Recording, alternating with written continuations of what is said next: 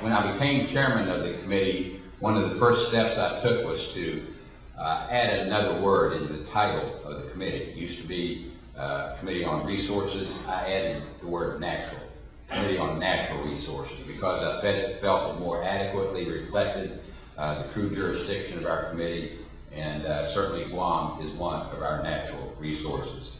And I'm very happy to say that one of our staff members, when I reinstituted a subcommittee on insular affairs and gave that jurisdiction with her consent, of course, to Madeline, our subcommittee director at that time, Tony Abagat, served as our staff director.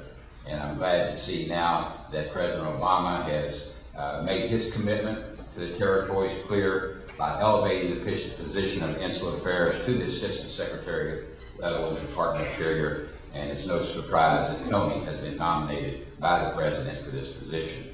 And it is our sincere hope he's gone before the Senate already for his confirmation hearings, and is expected to be confirmed shortly upon our return to Washington in September.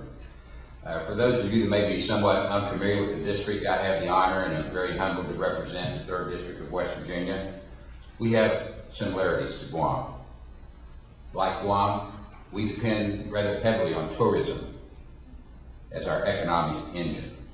Tourists flock to southern West Virginia, and they flock to Guam, of course, as well, because of the scenic vistas, the serene retreats, the natural beauty, and the incredibly reasonable and affordable costs.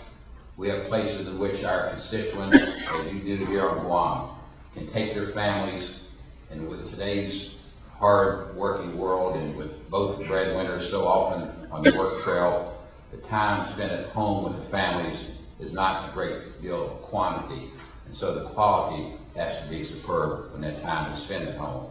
And our natural areas where you can go and reconnect with that which God has richly bestowed us provides those serene areas where we can take our families and truly reconnect with one another as a family unit and reconnect with God as well. In my capacity as chairman of this committee, we have undertaken many efforts to preserve and protect beautiful sites, making sure that they remain accessible to our people. Currently, for example, we're working to reauthorize the Coastal Zone Management Program to give the coastal states and the territories federal support and the tools with which they can plan for responsible and sustainable development and to protect the integrity of our coastlines and our beaches. We know how important this planning is for Guam, especially in light of the military buildup and the fact that all of Guam is designated a coastal zone. The Natural Resources Committee has been proactive over the past 2 years in passing legislation that seeks to protect our marine habitats and oceans.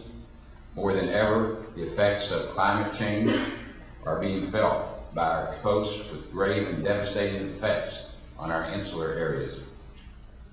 Pending in Congress as part of our comprehensive energy bill is a proposal to establish a national climate service to provide real-time data to stakeholders all across the country about temperature variance.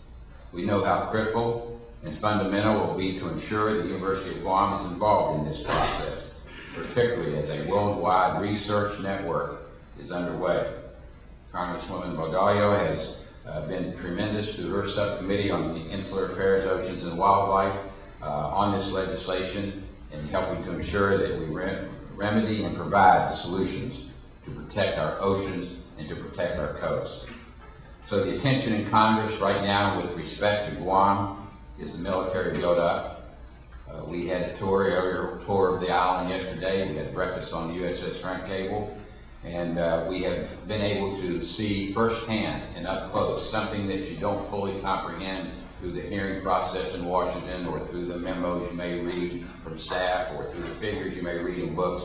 It truly takes an upfront and firsthand visit such as we're doing to comprehend the many complex issues, and then it's still difficult, I'll admit, that are involved in such a build-up. The relocation of some 8,000 Marines from Okinawa to this island is a tremendous undertaking. But I want you to rest assured that we are working daily and working very hard to make sure that developments that do not occur just inside the fence, so to speak. That the U.S. government also makes investments and improvements outside the fence as well.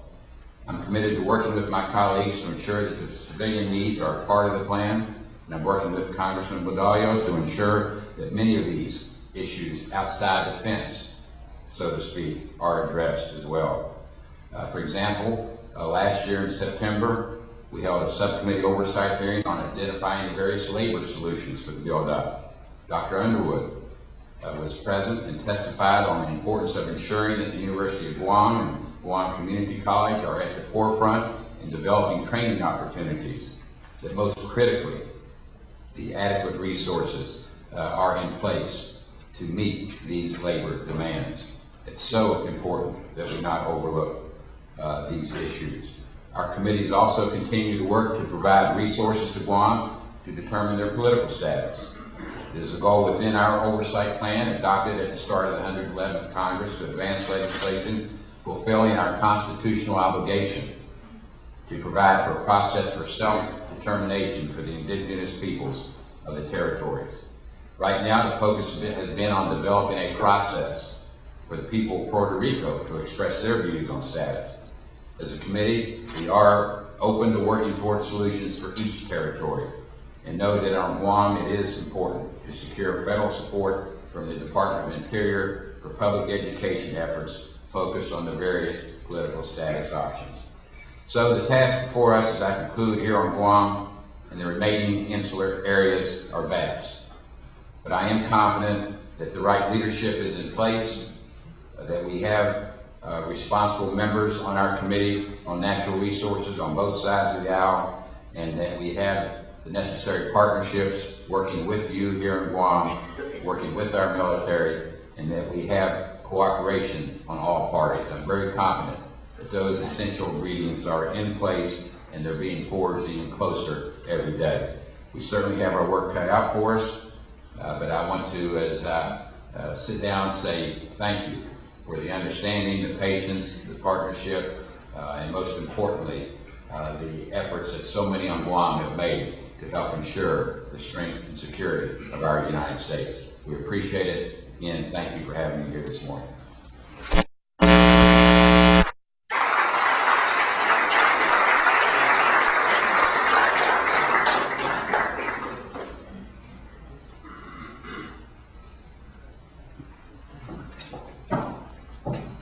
We'll now take a few questions from the audience, and Dave Okada over here has the microphone. And so if anybody would like to address something, please make yourself a question to Congressman Rahall. Please make yourself known.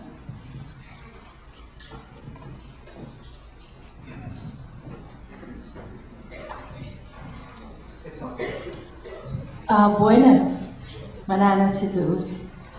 Guam Territory, Chairman of the Independence Task Force of the Commission on Decolonization, and also Magahanga of the Tatamona Native Rights. My question is, how do you visualize, as a member of U.S. Congress, the future position and role of the U.S. military should we obtain either independence or free association in exercising our self-determination? Also, I would like to ask you if you could devote a little bit on what the U.S. plan to do on the uprising of waters and some of those atolls and islands in the Pacific Ocean, especially Micronesia, because of global warming. What do you plan to do with those people? How do you help them? Thank you very much.